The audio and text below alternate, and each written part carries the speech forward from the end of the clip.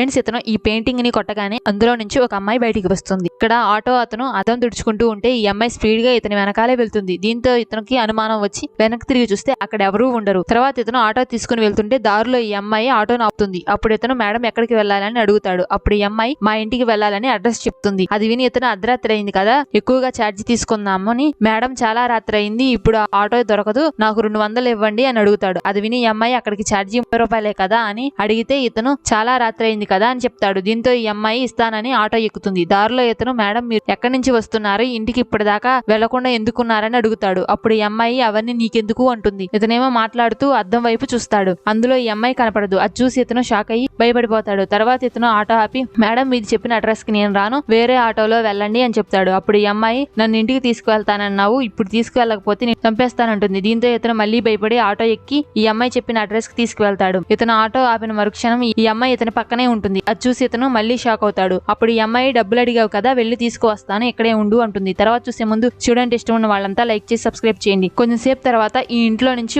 ఒక అతను బయటికి వస్తాడు. అది చూసి ఇతను మీ ఇంట్లోకి ఒక అమ్మాయి నా ఆటో ఎక్కే వచ్చింది, ఆటో ఛార్జీ కూడా ఇస్తానని ఇంకా రాలేదు అని అడుగుతాడు. అది విని ఈ పెద్దాయన మా ఇంట్లో ఆడవాళ్ళు ఎవరూ లేరు, నాకు ఉన్న ఒక్కగానొక్క కూతురు వారం రోజుల కింద చనిపోయిందని ఈ అమ్మాయి ఫోటోని చూపిస్తాడు. అది చూసి ఇతను షాక్ అయ్యి ఆటో తీసుకుని పారిపోతాడు.